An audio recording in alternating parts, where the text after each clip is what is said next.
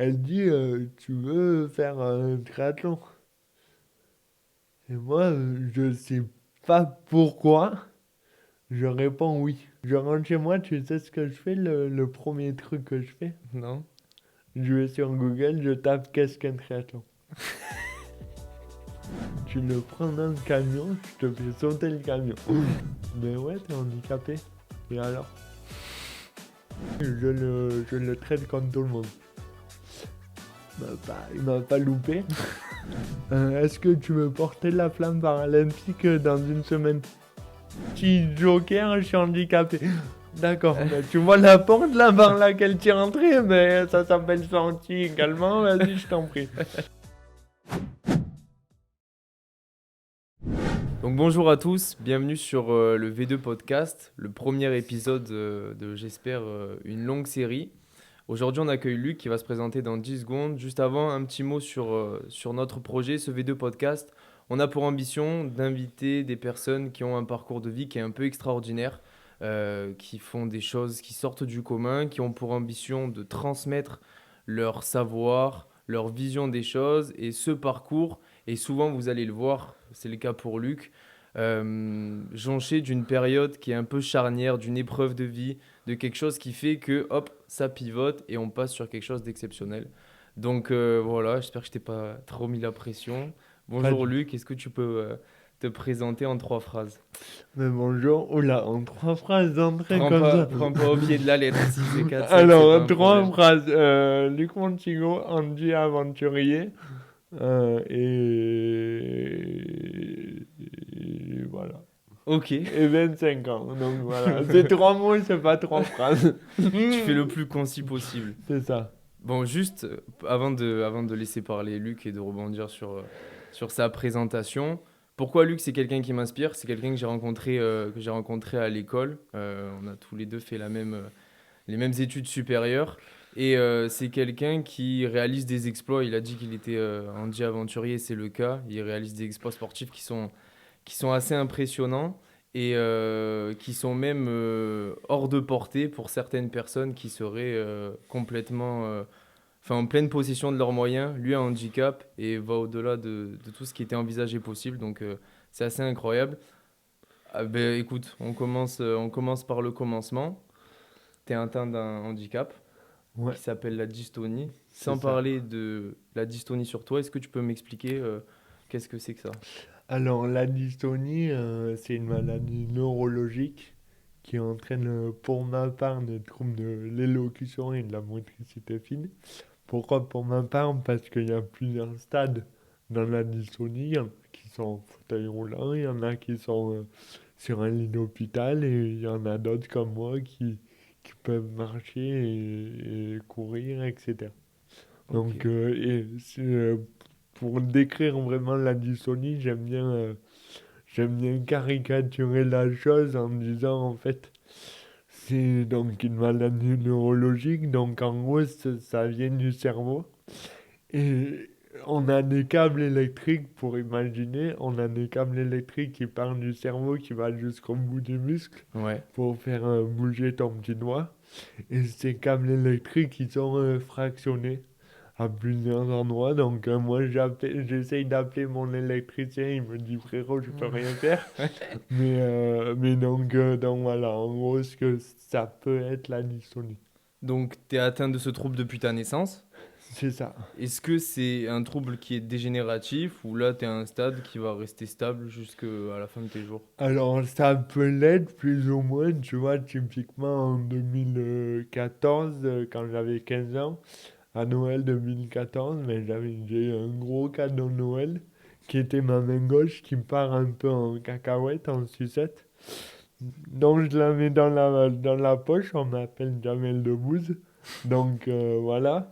Mais donc, voilà, on a trouvé une solution, c'est à l'hôpital des injections de Botox pour figer le muscle.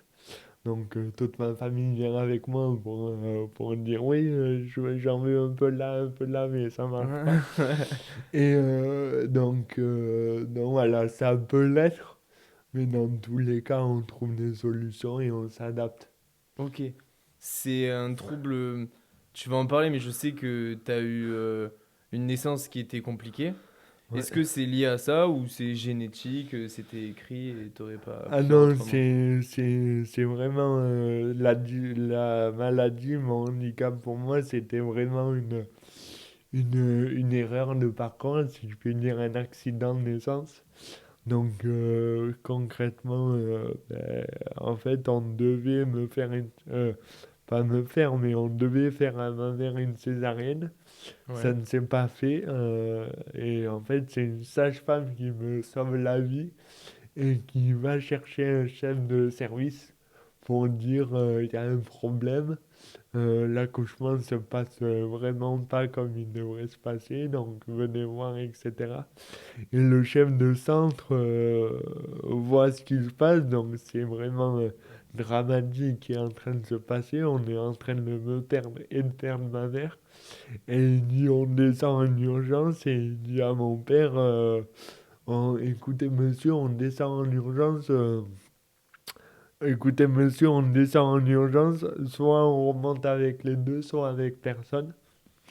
C'est pas la phrase qu'on attend le plus à avoir lors de la naissance de son fils. Et en fait, bon, si je suis là, c'est que ma mère va bien, tout va bien.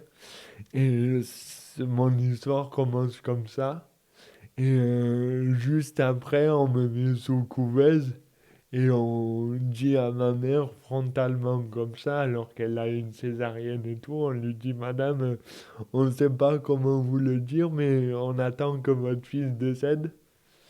J'avais 2 jours. Donc ça met encore un autre coup à mes parents.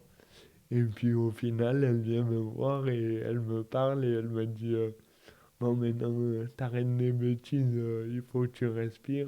Je l'ai écouté, j'ai respiré. Et donc ça allait mieux après. incroyable, C'est ça. incroyable.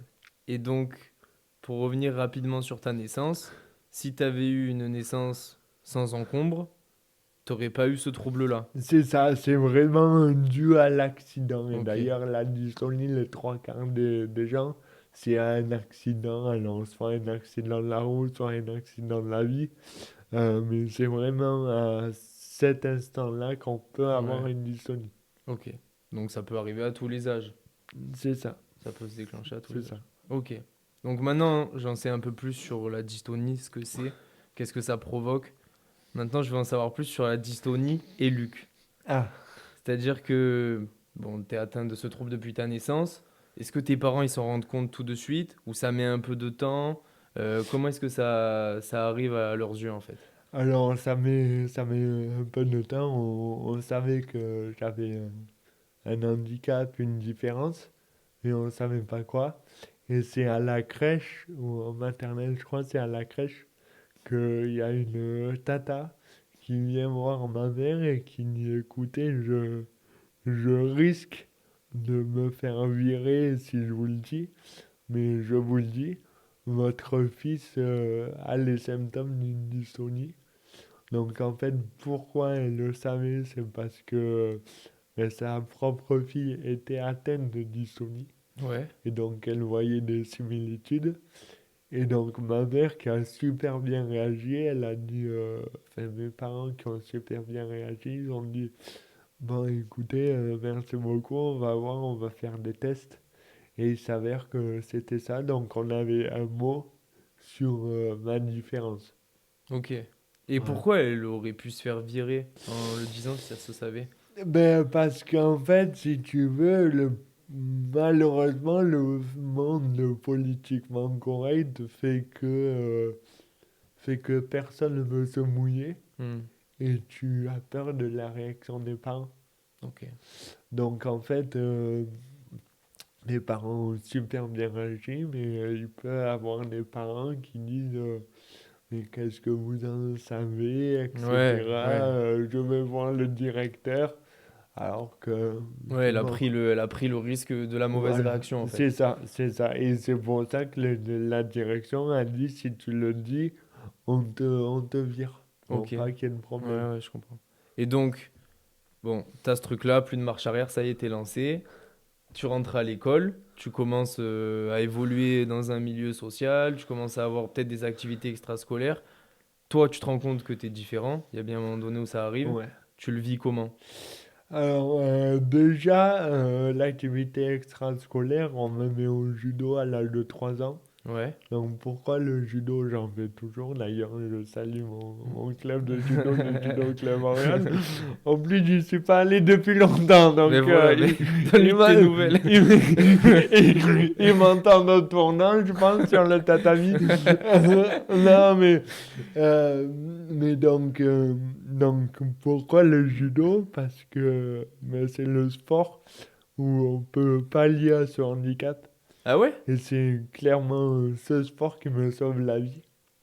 Parce que je commence le judo, je savais pas marcher.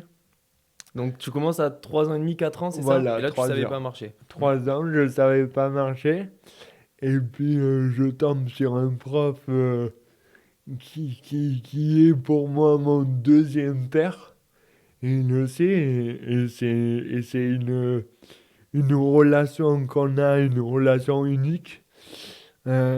Parce qu'en fait, il dit à mes parents, enfin ma mère, mes parents lui disent, voilà, il est handicapé, est-ce que vous pouvez le prendre au judo? Et lui, il dit oui, il n'y a pas de souci. Par contre, il y a une seule règle, je le traite comme tout le monde. Il m'a pas loupé. Donc, mais je lui en remercie aujourd'hui, parce que grâce à ça, il m'a traité comme tout le monde. Et puis, j'ai une anecdote. Bon, moi, je m'en souviens plus, mais c'est lui et mes parents qui me disent on fait des roulades avant, roulades Ouais, arrière pour ouais. Tu l'échauffement. fais les longueurs. J'étais au milieu du tatami, les copains avaient tous terminé. Et ils me regardaient tous en mode vas-y, bouge-toi, on n'a pas que ça à faire.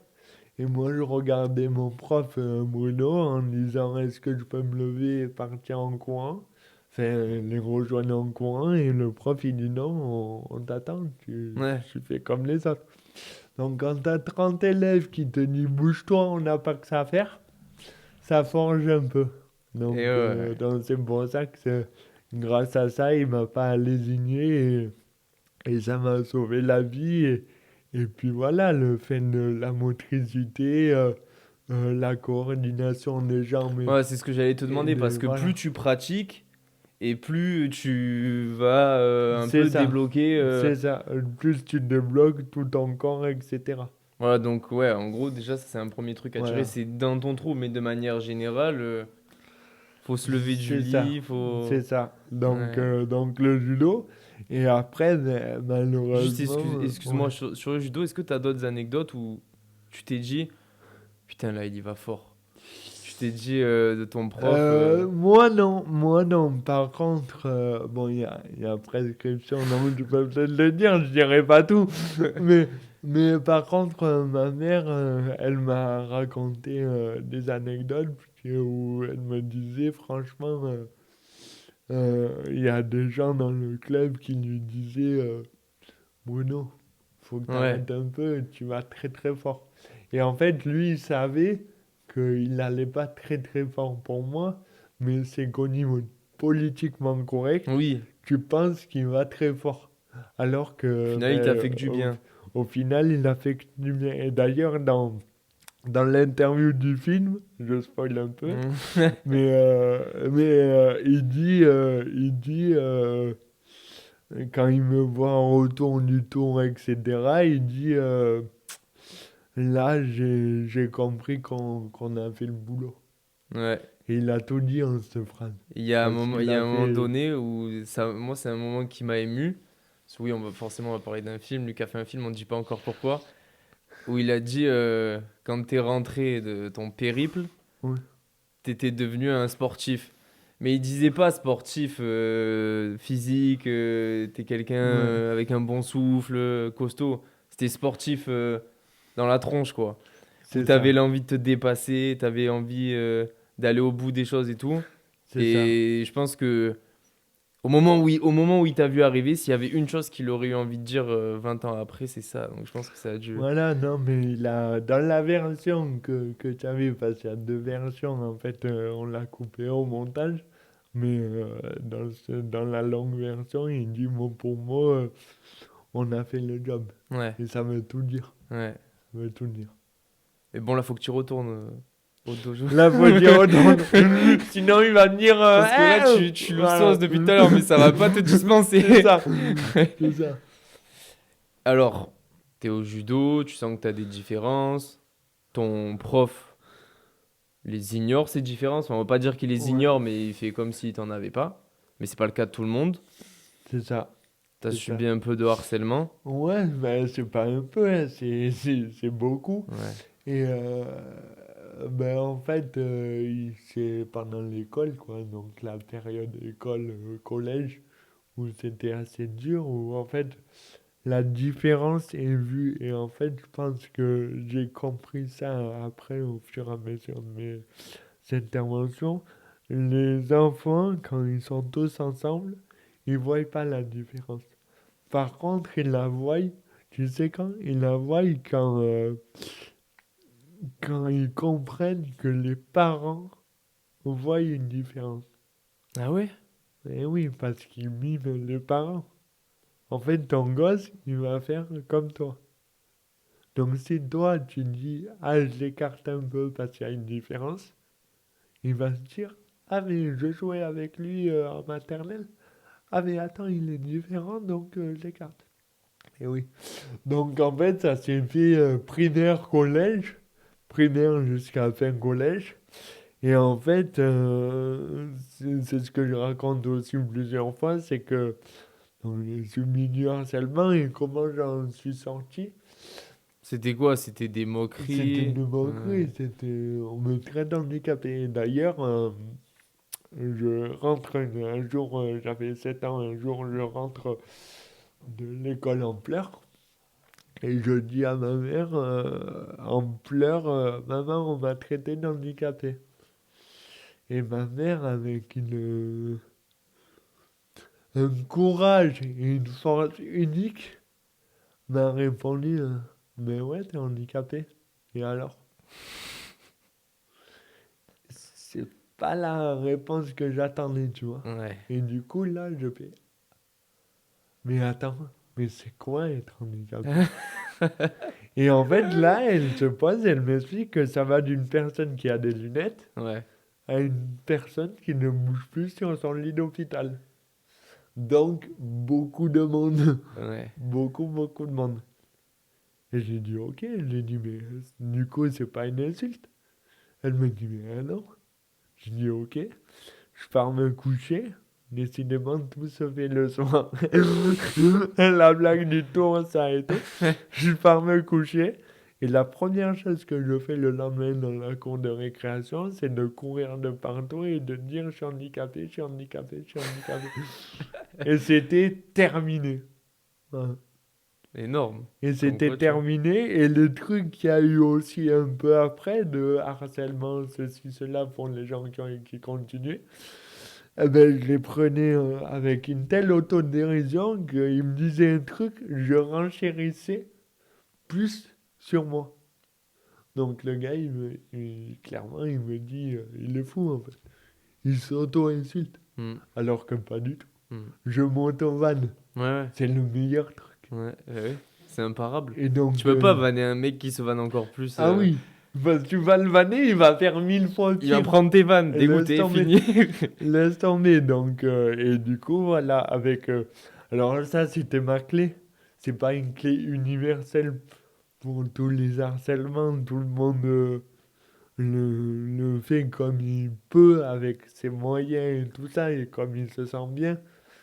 Mais voilà, mon humour, ça Ce de qui t'a suite, un peu. oui, j'ai Ce qui de t'a un suite. peu. Ouais, je comprends. Et tu t'as dit un truc qui m'a vraiment marqué. Tu dis que le harcèlement des enfants, entre eux, Ouais. il vient pas directement d'eux, mais il est inspiré de la réaction des parents. Ouais. Ça, tu peux un peu développer. Ben, en fait, j'ai un pote qui est pote d'ailleurs, je le salue, c'est Nico, qui est mon pote. J'ai 25 ans, on est potes depuis 22 ans, tu vois, Ouais. un peu, donc depuis la maternelle. Et en fait, en maternelle, il jouait avec moi. On jouait tous ensemble. Ouais. On jouait tous, tous. Et au primaire, en fait, on n'était que Nico et moi. C'était les mêmes gamins. Ouais. Mais pourquoi? Ben parce qu'en fait, les autres, ils ont dit, ah, mais il a une différence. Mais la différence, c'est d'accord que je l'avais en maternelle. Mais en fait, c'est une raison, et j'ai compris, et je pense, hein, encore une fois, c'est pas une science exacte et tout ça.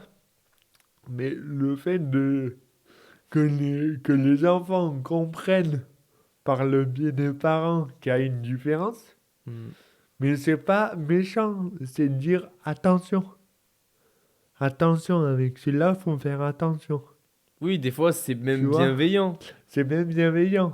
Mais en fait, le gamin, du coup, il se dit, là, je peux plus jouer avec lui. Quand tu étais à ce moment-là, t'avais tes potes proches et ça te préoccupait pas ou ça t'a quand même Non, marqué? ben après, j'ai plus de trop de souvenirs, hein. Je parle de ça parce que c'est la théorie que je pense être la plus plausible quand je parle avec ma mère et tout ça. Mais ça m'a pas marqué plus que ça, Ouais.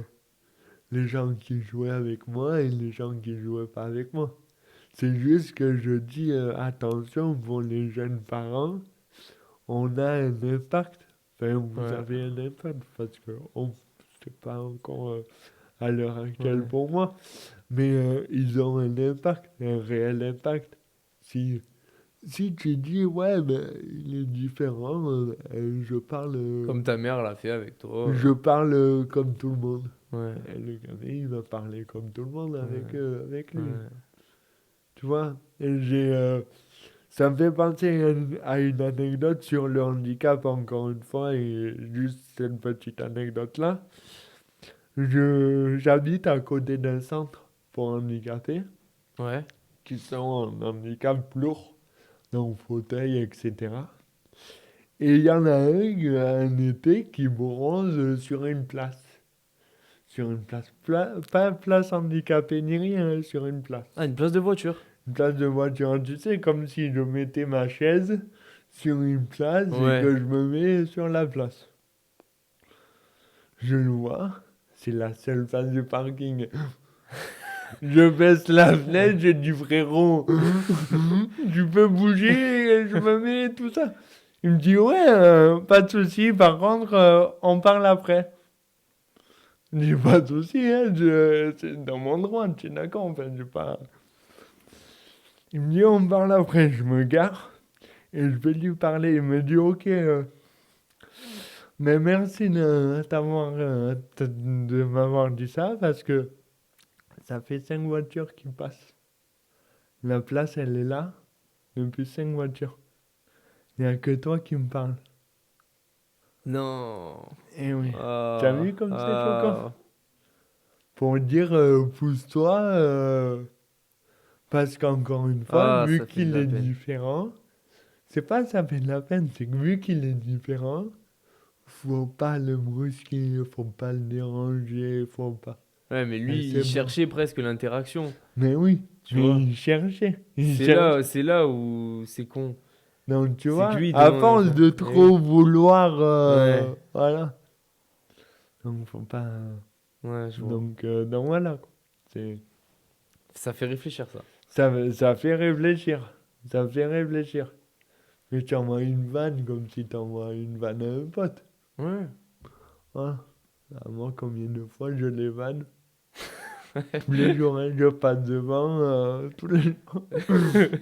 Mais tu sais, entre nous, les handicapés, on envoie des vannes, mais tu te dis, mais on va en prison. Si ça sort, on va en prison. Mais c'est ça le mieux. Ben C'est oui. ça. Ouais, 100%. 100%. Il y a un moment donné, tu commences à faire des petits défis, à te dépasser. Moi, j'ai envie de savoir, à quel moment ça devient? Parce que bon, t'as ce truc-là, tu commences à faire du judo, on te force un peu à faire comme les autres, à pas prendre les raccourcis et tout. À quel moment de toi-même tu te dis, ah, je vais commencer un peu à me bouger par là, ah, je vais commencer un peu à faire ça. En fait, comment cette envie, elle naît? En fait, elle n'est pas vraiment. Enfin, c'est un concours de circonstances. En gros, durant mes études et tout, le gros déclic qu'il y a, c'est que, comme tu as dit, on est de la même école et quand je fais mon master, je fais un stage. Et en stage, pour m'intégrer, peut-être, ou je sais pas, euh, autour d'un repas, etc., ils parlent de faire un triathlon. Et ma Donc, tutrice, oui. excuse-moi, à ce moment-là, t'as 22 ans, 22, Oui, 23. voilà, c'était, ouais, 22, Hmm. 22. Et, euh, et ma tutrice de l'époque, elle me regarde et peut-être pour m'inclure ou pour pas me laisser de côté, elle dit, tu veux faire un triathlon? Et moi, je sais pas pourquoi, je réponds oui. Je réponds oui et tout ça. Mais je l'ai dit du coup, j'ai dit oui. Je rentre chez moi, tu sais ce que je fais, le premier truc que je fais? Non? Je vais sur Google, je tape qu'est-ce qu'un triathlon. Je pense que tu as Et là, c'est compris le que... drame, là. Et là, c'est le drame. Je vois courir, j'ai un souffle, laisse tomber, on dirait un fumeur de 50 ans. Je vois vélo, j'ai enlevé les petites roues à 14 ans. Hein, et je vois nage, je nage pas, je coule. Donc, autrement dit, les numéros du loto, ils sont pas là, tu vois. Sauf que le problème, c'est que j'ai dit oui. Le problème, c'est ça, c'est que j'ai dit oui. Et je pense que pour répondre à ta question, en fait, c'est le regard que j'ai envers moi-même. C'est que j'ai dit oui. Et Donc, j'assume. quand t'as dit oui, et tu t'es dit, je vais pas annuler ma réponse, je vais pas revenir en arrière.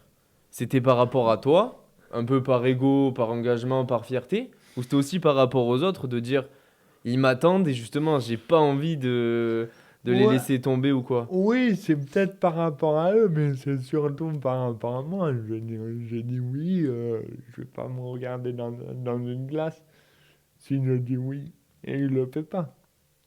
Ouais, Qui le suis moi pour me regarder dans une glace alors que j'ai dit oui et je le fais pas. donc tu le fais, Non, je le fais pas. normal, Voilà. voilà, t'apprends à nager. J'apprends à nager, bon, un peu compliqué, du coup on le fait en relais quand même et je fais la course. Mais du coup je m'entraîne avant d'aller du coup en stage. À 5 heures du matin, je me lève pour aller courir dans le froid et tout. Franchement, faut être un fou, hein. Il n'y a que dans les films qu'on voit ça, hein, Ça, mais oui. donc, dans le fais ça. Et puis 5 mois après, on fait ce fameux triathlon. Alors le temps, je ne l'ai plus. À mon avis, ça doit être un temps dégueulasse. Ouais, Mais le but, c'est que je l'ai fait. énorme. Et on l'a fait. On l'a fait ensemble parce que quand ils ont dit on fait ça, ils n'étaient pas sportifs de haut niveau non plus, quoi. Donc, Ouais. Et là, on arrive au moment que je préfère, c'est noté dans mes notes. Tu prends la confiance sur le plan sportif un peu trop. et un jour ta mère en rigolant, elle te dit arrête-toi de faire tout ça, sinon En fait, ils ont réussi, hein, mais je vais pas leur raconter comme ça. Je fais si je peux me permettre, hein. non, vas-y, vas-y. Je fais ce triathlon, etc. Je fais d'autres courses comme le Vélodrome Trail, donc courir dans les escaliers, etc. Alors que j'étais interdit de faire ça. Là, pour une fois, j'ai le droit. Et puis en fait, voilà, ma mère, elle est affalée un peu comme on est sur un canapé. Et un soir, elle me dit, ouf, je rentre une course. Un soir, elle me dit, ouf, oh là là, Luc, tu vas jamais t'arrêter, tu vas me faire quoi? Un Tour de France? Je pars me coucher. On dit que la nuit porte conseil, ben là, elle Là, a rien tu regardes pas conseillé du tout. tu regardes pas sur Google, tu sais ce que c'est cette fois le Oui, Tour de France. là, T'es sûr de ton coup? là, je tape pas sur Google carte de France. Mais voilà. Et je me lève et je dis, ben, tu sais quoi, je vais le faire. Là, je te dis quoi là? Mais là, déjà, la première chose, elle me dit faire quoi? Parce que vu qu'elle me fait des blagues toutes les 5 minutes, Ouais. elle sait pas de quoi je parle. Je dis le Tour de France et elle me dit, ben ok, pas de souci. Mais tu regardes comment et tu le fais. Et alors la suite, comment ça se passe? Tu prends la décision de faire le Tour de France Alors, la suite. parce que c'est ce qu'il faut savoir, c'est que c'est tout un projet que tu as monté. Tu t'es pas contenté Ah oui, de là, prendre tu ton t'inscris. kangou et de faire le Tour de France même en voiture, tu l'as pas précisé. Mais le C'est Tour de ça. France, tu le fais à pied À pied, en et à vélo. vélo à raison de 50 km par jour. Tu sais pourquoi à pied et à vélo? Parce que c'est deux trucs que tu as fait un peu tard. Parce que la course à pied, j'aime bien, le vélo, j'aime bien, et j'aime pas choisir. Voilà. Du coup, je prends les deux. Heureusement que je sais pas nager, parce que sinon, En plus, le Tour tu de me France à vois la dans nage, la il aurait Seine, été hein, sinon. compliqué là.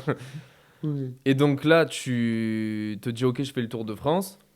T'as monté un vrai projet, c'était pas que le Tour de France. T'as fait tout un truc autour, c'était hyper bien organisé, c'était un projet entrepreneurial.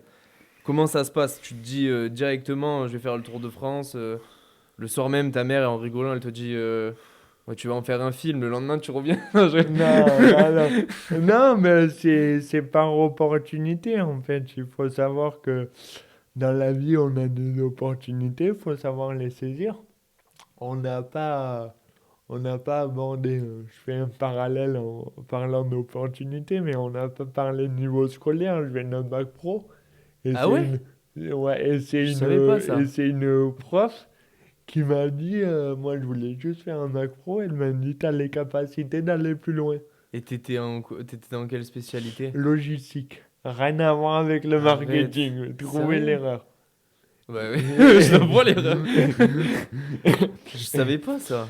Et puis cette prof, elle me dit, voilà, t'as les capacités d'aller plus loin. Moi, je dis, ah là là, je fais ma tête un peu de con. Et elle me dit, ben, tu sais quoi, je t'inscris à une école, si t'es pris, tu me donnes ta parole que tu vas, si t'es pas pris, ben, t'es pas pris. Et donc là, tu vois, on reparle de parole, donner sa parole à quelqu'un et Là, tout tu ça. lui as dit oui. Là, j'ai dit, ben, je te donne ma parole. Ouais, Et dans ma tête, c'est bon, je suis pas pris à l'école. ouais. Et j'ai été pris. Et c'était quoi comme école? C'était BTS en logistique aussi. Ok, ok. Et là, voilà, donc encore une fois, une opportunité, j'y vais. Je fais mon bac plus 2 et je suis chez Leroy Merlin, petite dédicace à eux, ils vont se reconnaître. Et, euh, et puis, je fais cette alternance et mon tuteur, il me dit, je t'offre le CDI, donc c'est le Graal. Il dit, par contre, j'enlève ma casquette de tuteur, je mets ma casquette d'ami, tu peux aller plus loin. Je dis, bon, vas-y. Ouais. Je tape école de management, je tombe sur l'IAE, qui est une grande école en plus, Ouais. bien classée et tout. À l'époque, je ne savais pas. Je m'inscris, je suis pris en licence, donc en bachelor, trop Ouais. bien. Une fois en bachelor, je vois la directrice de Master 1 qui me dit, bon, mais t'as les capacités d'aller en marketing, je vois que t'aimes bien, viens, je t'inscris. Je dis ok. Toi, on t'a toujours tout proposé. Jamais tu étais venu avec. Non, mais en fait, je te disais tout à l'heure, c'est les opportunités. Ouais. Donc en fait, c'est le tour, il s'est construit par opportunité. Je veux dire, Voilà, donc on ferme la parenthèse cours. Ça Ouais. aussi, c'est une aventure en tant que telle. Ah oui, Tu pars ça, d'un bac pro, on t'arrives peut en en master parler 2. pendant 4 heures, hein, C'est mais énorme. T'arrives en oui, master 2 dans une belle école, c'est un beau diplôme. c'est ça. Partant d'un bac pro logistique, c'est beau. Bon, ça, c'est une parenthèse qui est fermée que je connaissais pas d'ailleurs. Je me doutais pas. Et- Euh, Tu décides de faire le Tour de France et tu décides d'en faire un film.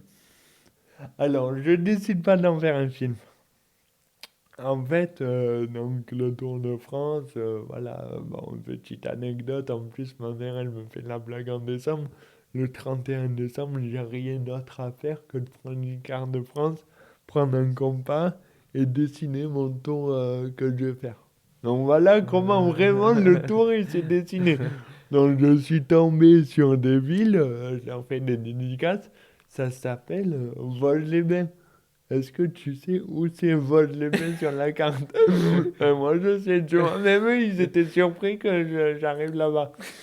Et puis, en fait, un jour, du coup, je le fais pour une cause qui s'appelle Amadis, pour une association qui s'appelle Amadis. Ils m'invitent alors Amadis, qu'est-ce que c'est? c'est une association qui lutte contre la dystonie, Ok, donc la maladie dont je suis atteint. c'était tout trouvé. C'est de tout trouver, je Ouais. suis pas allé chercher bien loin. Ouais. Ouais. Et puis de là, il m'invite. Donc moi, j'ai clairement rien à aller chercher. J'ai pas de partenaire à trouver dans ce moment-là. Enfin, je tout. Je suis juste, je présente mon projet aux adhérents pour qu'ils puissent en parler en local. Et puis en fait, il se trouve que là, il y a une équipe de caméramans qui filment l'événement et qui viennent me voir après. Et ils me disent, Luc, on a une question. Est-ce qu'il y a une boîte de production qui te suit? J'ai dit, moi, j'ai une question. C'est quoi une boîte de production? Ils me disent, bon, ok, je crois qu'on a la réponse. Et ça s'est fait comme ça. Et ils m'ont dit, bon, mais on te suit. J'ai dit, mais par contre, il n'y a pas de financement, il n'y a pas de... On n'a rien. Ils m'ont dit, non, mais on te suit. Et après, t'as monté ce projet dans le cadre du parcours entrepreneuriat à l'IAE. Ah non, ça c'était 3 mois avant de partir.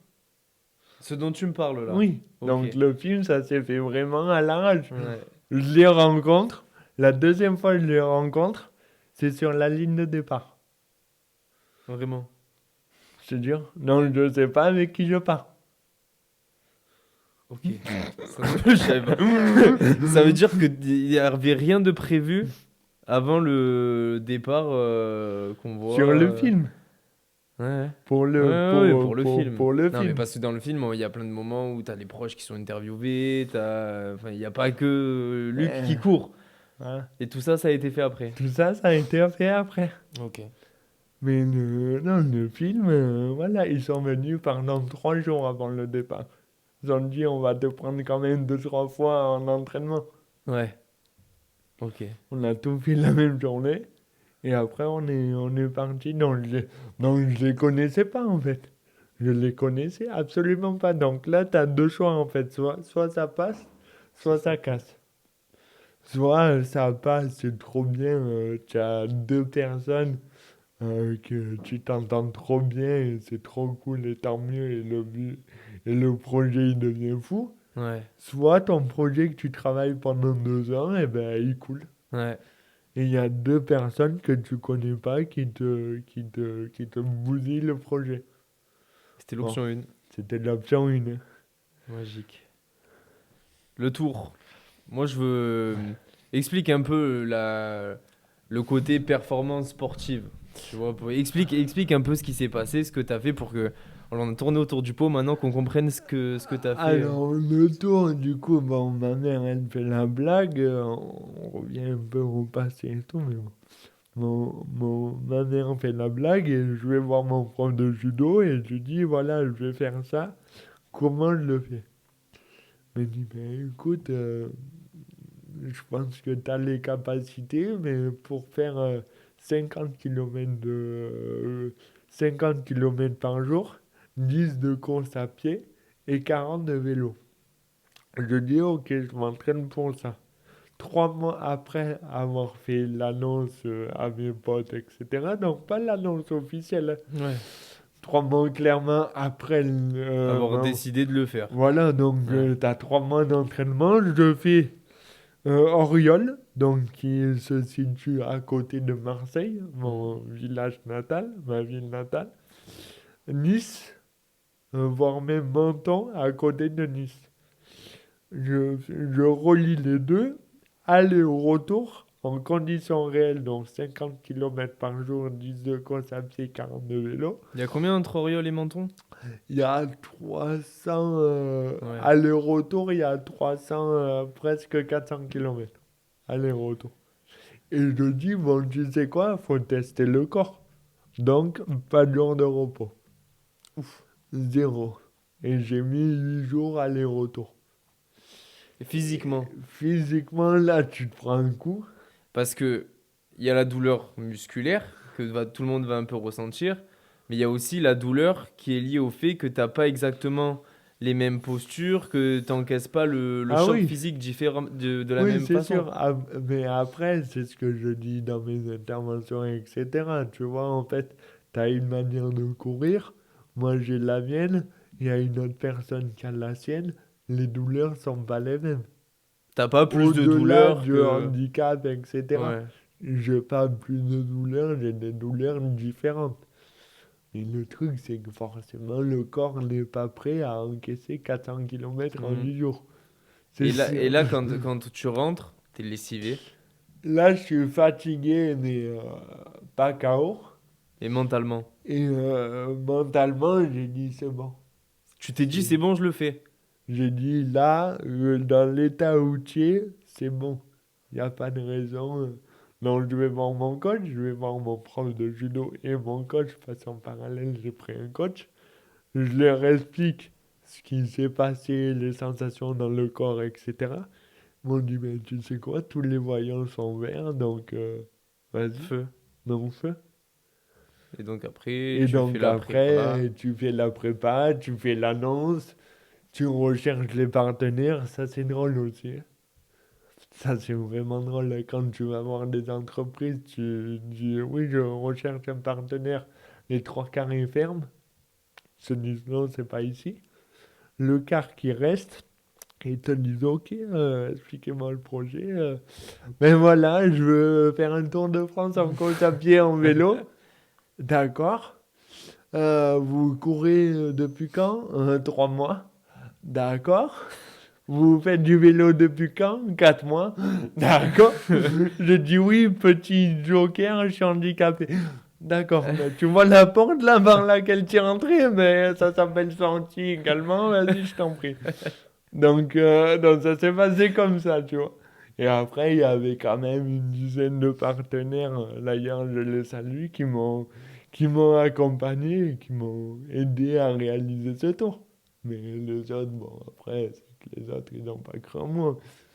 Mais de toute façon, il y a plein de gens qui n'ont pas cru en moi. Tu t'en fous de ça. Ah, complet. Ça passe. Ça passe au-dessus. Et alors après, pendant le tour, est-ce que tu as des trucs un peu croustillants à raconter, des moments pour donner envie de voir le film qui sera... Plein, plein, plein. Euh, Des moments de galère, j'en ai eu. Forcément, je veux faire un Tour de France qui dit Tour de France dit col. Parce que si tu fais pas un col, c'est pas un Tour de France. Ouais, Donc, je fais un col Bayard. Je monte la veille du col Bayard. Je sens une douleur à la cheville. ok. Je vois une kiné sur place. Parce que aussi mon ostéo actuel, Nathalie, que je salue, a appelé tous les kinés du trajet pour prendre des rendez-vous, Ouais. pour me faire la récup, etc. Et ce kiné-là, juste avant le col Bayard, elle me dit ta cheville, t'as un début de tendinite qui remonte à la hanche et tout. C'était la cinquième étape, hein. Donc, autrement dit, tu Ouais. te dis bon, T'étais au tout début. il faut qu'elle tienne, hein. Il y en a 76. Il y en a 76. Donc, il s'en reste 71 à faire. T'as le début de la tendinite. Tu te dis, bon, qu'est-ce qu'on fait? Et on se trappe et ben, à la guerre comme à la guerre, hein, on y va. Et je suis allé et puis j'ai mis, je crois, 2 heures et demie à faire 10 Ouais, kilomètres. on le voit dans le film, tu montes à pied. Ah oui, je Tu monte à montes à pied. pied, tu t'en peux plus, tu fais des Ah, je pauses, tu monte à pied. t'étires. Et tu veux une anecdote encore plus croustillante dans ça? c'est que ma mère, elle me voit pas dans cet état-là parce qu'en fait, on fait des checkpoints tous les 3-4 kilomètres. Donc elle part en Elle, camion, elle part en camping-car elle devant, part en camping-car elle devant s'arrête, elle t'attend. et elle s'arrête, elle m'attend. Et du coup, il y a l'équipe de tournage qui est H24 avec moi. Et ça, ce que je vais dire, je le sais à mon retour du Tour de France. Donc, je ne sais pas Ouais, actuellement. Il y a l'équipe de tournage qui me connaissent depuis littéralement 5 jours. ouais. Donc, qui ne savent pas comment je réagis et tout. Ils appellent ma mère et ils lui disent écoute, là, il va tomber, il est blanc. On le prend dans le camion, en fait. On peut pas le laisser comme ça. On le prend dans le camion. Ah, donc c'était Non. à ce point-là. Et ma mère, elle dit écoute-moi bien. Tu le prends dans le camion, je te fais sauter le camion. Ah, ma mère, elle est un peu. Donc, mais c'était à ce point-là. Mais moi, je me rendais pas compte. J'ai dit, bon, mais il faut que j'aille en haut, je vais aller en haut. Mais sur les images que tu vois pas trop dans le film, mais sur les rushs, ils m'ont montré des rushs où je pars du col Maillard du début, j'ai 25 ans, je suis tout en haut, j'ai Ouais, 90 ans. ouais. Ah, bon, on le voit même Tout quand tu le montres. tiré, Ouais. etc. Mais c'était chaud. À la toute fin du film, t'as écrit un petit poème. T'as écrit un petit poème, faut le dire ou pas? On peut le dire ou pas? Ouais, tu peux le dire. Sinon, tu me dis. T'as écrit un petit Ouais. poème qui rend hommage à la France, à ses régions, aux paysages que t'as vus, aux terroirs en fait que t'as rencontrés.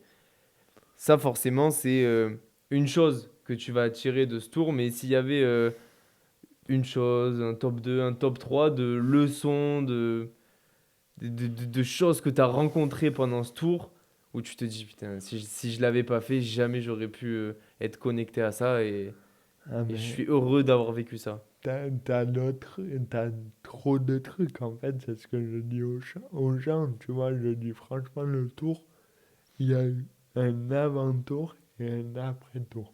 Ouais. Il y a eu ma vie avant tour et il y a eu ma vie après. Au-delà des opportunités professionnelles et tout ça, qu'on pourra en parler après si tu veux. Mais au-delà de tout ça, la manière de voir la vie, j'étais très sociable. J'angoissais le samedi soir quand j'étais tout seul, Ah ouais? etc. Là, Tu passais tes week-ends seul? enfin, si non, justement, il fallait que j'ai Fallait que des tu sois tout gens. le temps entouré. Donc, si j'ai celle un week-end, laisse tomber. Pendant qu'on faisait pendant les études, t'es quelqu'un qui sortait? Pas Ah, du tout? ben, pendant les études, un peu moins, parce que Oui. du coup, il y a eu ce tour. Mais avant, oui, je sortais, fallait que je voie des amis et tout ça. Et moi, je voyais quelqu'un qui était seul dans la rue, mais même ça m'angoissait. Là, actuellement, mais juste avant le podcast, j'étais à la boulangerie me prendre un croissant seul en terrasse, mais quel bonheur, tu Parce que vois? ce qu'il faut savoir, c'est que on est arrivé pour le podcast à 17h40. J'appelle Luc, je dis bon, j'espère qu'il va être arrivé, j'espère qu'il va être arrivé. Je l'appelle, il sort de la voiture, je dis oh Luc, t'es là depuis combien de temps? Il me dit je suis là depuis 16h. Ah oui, j'avais trop de trucs à faire, je pouvais pas rentrer chez moi. Et Et voilà, donc t'as fait ta petite vie tranquille. je me suis pris un café en terrasse. Quel monde. Ça, le Luc d'avant, mais laisse tomber. Et c'est quoi qui t'a angoissé dans le fait d'être solo comme ça? Ben, je sais pas, tu vois, j'arrive pas à trouver, mais c'est peut-être de me dire que, ouais, le regard des autres. C'est ça aussi. Ouais, C'est le regard des autres. C'est dire, qu'est-ce qu'ils vont penser, tu ouais, vois? Là, pendant 98 jours, t'es seul, ouais. tu fais du vélo seul. Alors, t'as des étapes où t'as du monde et tout ça. Mais même la boîte de production, il n'était pas là tout C'était le pas là, long bah du temps. oui, bien sûr. Donc, t'as des étapes au bout d'une dixième jour où ta mère, elle te dit, bon, mais on se voit dans 3 kilomètres. Tu te dis, ok, tu regardes à droite, tu regardes à gauche, t'es vraiment seul. Et en plus, tu es sur les trous paumés de la France où le seul truc qui te dépasse, c'est un tracteur tous les 3-4 heures.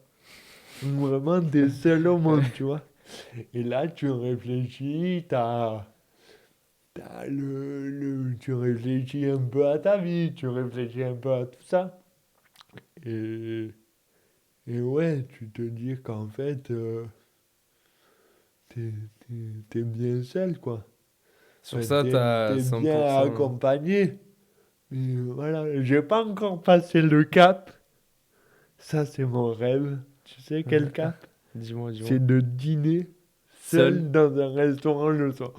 Je l'ai fait à midi. C'est un truc de fou. Mais tu vas dans un resto bondé où il y a plein de monde. Mais bah, là, c'est un gros challenge. Là, c'est un gros challenge. Mais le soir, je l'ai pas encore fait. Un dîner le soir, à midi, oui, entre deux rendez-vous et tout ça, voilà. Mais le soir, mais ça serait mon rêve. C'est fou. Et Tu te rends compte, là, c'est fou de dire ça. et là, tu te dis, mais en fait, plus rien peut m'atteindre. C'est Plus dingue. rien Tu peut vois, je pensais m'atteindre. pas que c'était un truc qui te préoccupait, ça, Ah d'être seul. oui, ah oui. C'est dingue. C'est Donc, dingue. Tu fais le tour, donc tu fais ton truc et tout. Comme tu le dis, il y a un Luc d'avant-tour, il y a un Luc d'après-tour, où tu as changé sur plein de trucs. Il y a aussi une vie avant et une vie après. ah Avant, oui, tu es étudiant. Là, si je juste choisis des trucs que tu as pu faire, tu as dansé sur l'Olympia, tu as porté la flamme olympique. La semaine dernière, tu as fait un TEDx.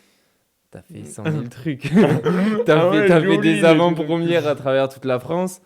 Ça a été un tremplin de fou. Non, forcément, c'est un tremplin, c'est un tremplin. Tu parles de... Ouais, je vais parler de trucs qui me tiennent à cœur, la flamme et le, et le projet à l'unisson, du coup à l'Olympia. Comment ça se passe? Parce qu'en fait, c'est encore une fois, c'est que des opportunités.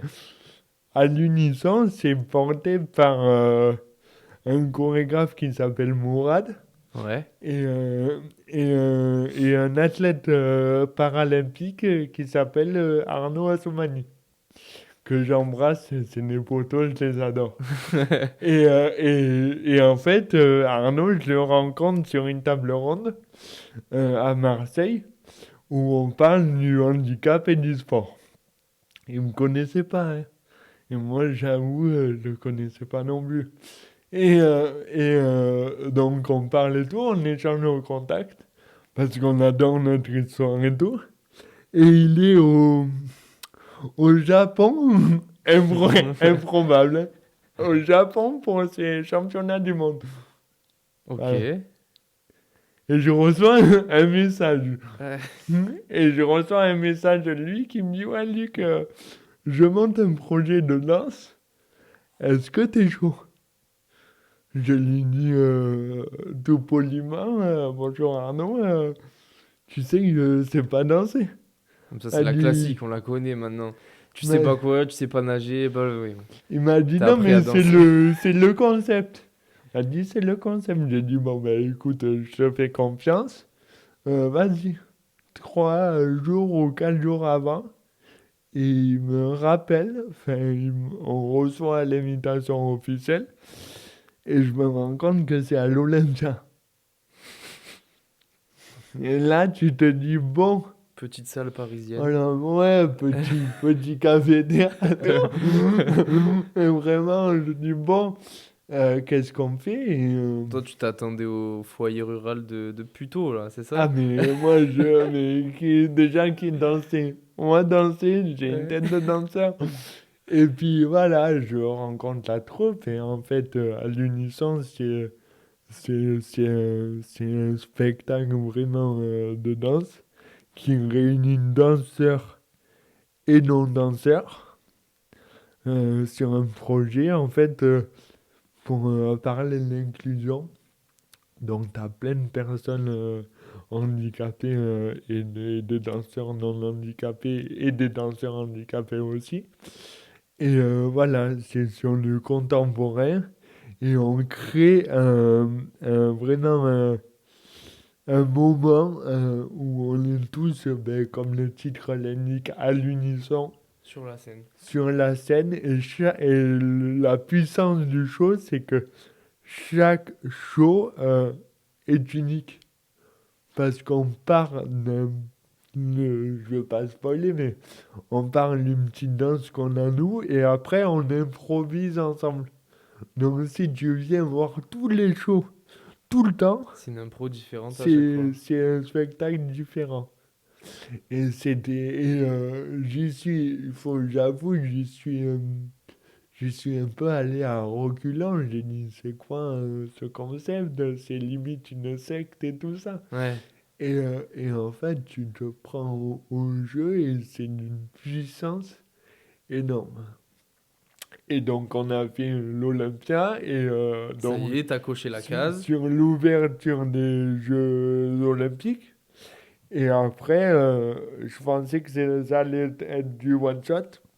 Et après, ils nous ont rappelé pour dire, ben, il y a le Palais Galleria à Paris, à côté des Champs-Élysées, le Palais Galleria, qui nous a commandé ce show. Donc, revenez tous. Et en fait, voilà, là, la société qui produit ça, elle essaye de le vendre un maximum pour que ce show vive et que ce spectacle soit vu le plus possible. Et c'est magnifique. On a créé, on ne se connaissait pas. 24 heures avant de danser, on ne se connaissait pas. Et on ne connaissait pas la chorégraphie. C'est fou ce concept. 24 heures. Franchement, Mourad, le chorégraphe, c'est le poteau. Je vais rien lui dire parce il va se prendre pour je sais pas qui après. Mais franchement, il l'a géré. Il a fait un truc de fou. Il a fait un truc de fou. C'est énorme. Donc ça, et la flamme paralympique, ça aussi, l'anecdote, elle est folle en fait. Elle est folle parce que je suis chez mes grands-parents. On part à la plage et je laisse mon téléphone parce que on a la chance de vivre pas trop loin de la plage. Ouais. Donc je me déconnecte, je laisse mon téléphone. Et le conjoint de ma grand-mère, euh, quand je rentre, il me dit ah, ton téléphone, il fait que sonner. Ah, Olivier, là, je sais pas ce qu'il veut, mais vraiment, ah, il me fait un peu chier, tu vois. Mais comme ça, il est, tu vois. Je dis, oh. Et en fait, c'est Olivier, il m'appelle jamais. Et je le rappelle, il me dit, ok, Luc, je vais pas passer par quatre chemins. Est-ce que tu veux porter la flamme paralympique dans une semaine? J'ai fait, t'attends vraiment ma réponse? Par contre, il faut que tu sois à Paris dans une semaine. J'ai dit, écoute-moi bien, je serai à Paris dans une semaine. Même s'il faut partir maintenant à pied, j'y vais. Et du coup, ça s'est fait comme ça. Mais c'est vraiment, encore une fois, des Ouais. opportunités de dingue. Moi, c'est ça qui me marque, c'est que tu fais ton tour. Moi, je t'ai vu au début du tour parce que tu étais passé par l'école, justement. C'est Donc ça. là, le projet, il sortait de la phase de construction et c'était le lancement. Mais par contre, moi, c'est vrai que du coup, je t'ai un peu suivi par l'intermédiaire de l'école et après, moi, de mon côté, t'as fait 100 000 trucs. C'est ça. Ça t'a ouvert des portes Le, incroyables, quoi. le film, je fais mon petit caprice, entre guillemets. Je dis, bon, ok les gars, est-ce qu'il sera prêt pour le juin? Ils Ouais, disent, il peut être prêt pour le juin. Pourquoi? Je dis, un petit caprice, je vais le faire le jour de mes 25 ans. ouais. J'appelle un cinéma. Ah non, on est booké telle date. J'appelle un cinéma. On est booké telle date. J'appelle un cinéma. On est booké. Je pars dans un cinéma, on me dit, bon, venez, on va voir ce qu'on veut faire. Je pars à La Ciotat. Je suis né à La Ciotat, c'est important. Je pars à La Ciotat, un cinéma sur le bord de mer. On m'a dit non, le 7 juin, on peut pas et tout. Par contre, on a une autre date et tout. J'ai dit non, laissez tomber. Faut que ça soit le 7 juin. Et je vois CGR. le CGR à côté de l'autoroute. Je dis, j'y vais ou j'y vais pas. Allez, j'ai rien à perdre, j'y vais. Je me présente à l'accueil, je dis, est-ce que je peux... Est-ce que voilà, j'ai une demande particulière à faire, est-ce que voilà. Ils me disent, ah, le directeur, il est là dans une demi-heure. C'est pas grave, vas-y, j'attends. Vas-y, j'attends. J'attends, je présente le projet. Ce gars-là qui me connaissait pas du tout, il avait vu une de mes vidéos pendant le tour. Il s'était abonné à moi pendant le tour. Donc ils m'ont dit, ah, en fait, je te connais au final et tout ça. Il m'a dit, le 7 juin, mais bien sûr. C'est Mais bien parti. sûr qu'on a la date, bien sûr qu'on a la salle. Et c'est parti. Et c'est là que tu as fait Et l'avant-première. c'est là que j'ai fait l'avant-première. Donc tu vois, encore une fois, par une opportunité au hasard. Ouais. Je ne devais pas m'arrêter. Je m'arrête. Et ça se fait là. Et au final, 24 heures avant, je book la salle, c'est complet. Il m'appelle, il me dit, Luc, je t'offre la plus grande salle. Remballe, enfin, revends les places. On ouvre la plus grande salle. Donc j'ai fait la plus grande salle du cinéma CGR de La Ciotat. Donc 25 ans après, c'est mon 7 juin. C'est énorme. 25 ans après, au lieu de là où je suis né, donc La Ciotat, 25 ans après, je sors un film. Magique. C'est fou. Mais ça, mais même si tu me l'avais dit même 2 ans avant, je t'aurais dit, mais Ouais. laisse tomber, c'est fou. Donc, ton projet de tour, c'est une réussite sur tous les plans. Et tu vas peut-être rester sur cette réussite, aller à La Ciotat, passer des beaux jours au soleil. Est-ce que tu veux prendre le temps de te reposer, d'encaisser tout ça, ou est-ce que tu prépares autre chose? Ah non, le temps, j'ai pas le temps, moi. J'ai pas le temps. J'ai un autre projet que je vais annoncer très rapidement sur les réseaux sociaux, donc je vais pas l'annoncer là. Donc faudra suivre. Faudra Donc s'abonner. tu vas mettre tous les liens. Tu fais ta Mais promo. ma foi, Ma bien foi. sûr. Et non, mais ce projet-là, ce deuxième projet, je l'ai eu. Sur une blague aussi? Non, Non, ça va. non, pire, pire. Je l'ai eu au moment où je passe la ligne d'arrivée du Tour de France. Donc j'avais même pas savouré le tour. J'ai dit je fais ça après. Moi, je sais ce que c'est, donc je peux Eh oui. pas. Non mais voilà, mais vous Mais, saurez après, rien à mais voir juste avec... pour, voilà, juste pour donner un indice, quand on finit, qu'on fait 100 jours de course à pied, de vélo à travers la France, On c'est est pas la KO. première idée qui vient en tête. Ah oui, Il y a, non, il y a- c'est pas... il y a d'autres idées, bon, c'est les idées de Luc, hein. C'est ça. Mais tout ce que je peux te dire, c'est que faut... c'est vraiment inattendu parce que tout le monde va penser à un truc en course à pied, un truc en vélo. Rien à voir. Rien à voir. Je repars de zéro. C'est tout ce que je peux dire. Sujet clos. C'est ça. Là, on va arriver sur la fin du podcast. Oh Et non. tu vas pouvoir aller boire un verre. Moi, boire un verre, pas du tout. Aller m'entraîner plutôt. T'as donné plein de. Enfin, t'as un discours qui est riche d'apprentissage, de leçons et tout. Et si tu devais, par exemple, quand tu me parles souvent d'opportunité, ce mot, il est revenu plein de fois dans le Ouais. podcast, opportunité, opportunité. Tu vois, sur la fiche, je me suis noté la Luc Mantra. Tu sais, la mentalité de Luc. Si tu devais décrire trois caractéristiques un peu de ta mentalité que tu juges positives, par exemple, rester à l'affût des bonnes opportunités, peu importe, qu'est-ce qui te définirait le mieux le comportement un peu fécond que tu as, tu vois, propice à la réussite, à tout ça. Alors, sur l'opportunité, comme ça on est clos, c'est un homme politique, je dirais pas lequel pour pas Ouais, faire le débat, mais qui disait, qui a cette phrase et que je reprends tout le temps, qui disait l'opportunité que tu loupes, ouais, c'est pas celle que tu rates, je vois qui c'est. c'est celle que tu ne prends pas. Ouais. Ça fait réfléchir. Ouais, Celle que tu prends, ouais. tu deux fois, t'as appris. Voilà. Je prends tout ce qui Donc tu passe. prends les opportunités qu'il y a à prendre. Et dire, là, je veux pas spoiler ni rien, mais petite confidence, je fais le TEDx et il y a un gars dans la salle qui est patron d'un comedy club. Il m'a dit, moi je te veux. Je dis, comment ça tu veux? Et je veux qu'on travaille ensemble sur des blagues et tout ça. Je dis, ok, ok. Je vois, à tout moment, je fais une Tant que semaine, t'es pas drôle et. je suis pas drôle, je me tape des bides, et basta. Mais à tout moment, c'est l'inverse.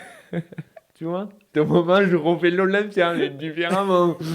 mais, euh, mais tu vois, je prends l'opportunité qu'il y a à prendre.